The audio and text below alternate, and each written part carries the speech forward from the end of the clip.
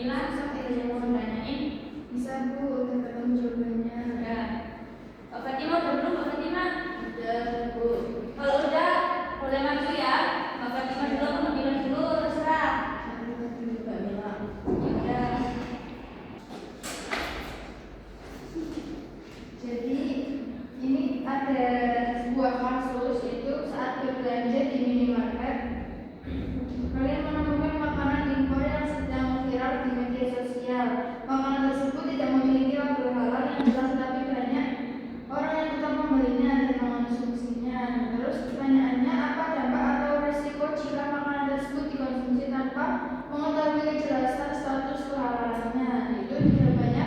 Yang pertama, bisa berpotensi mengonsumsi makanan yang haram, kemudian menimbulkan keraguan dalam beribadah, kemudian tidak mencerminkan sikap hati-hati sebagai seorang muslim, dan dapat mengurangi keberkahan dalam kehidupan. Iya betul, terima kasih ya Mbak Mila. Silakan Mbak Fatima selanjutnya.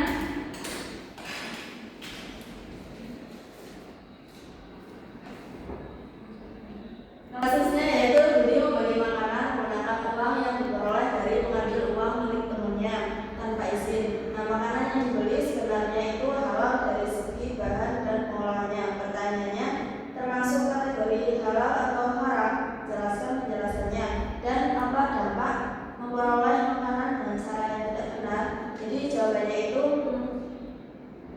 haram karena faktor eksternal, yaitu cara memperolehnya, karena dampaknya itu dapat mendapatkan dosa, hilangnya keberkahan, dan merugikan orang lain.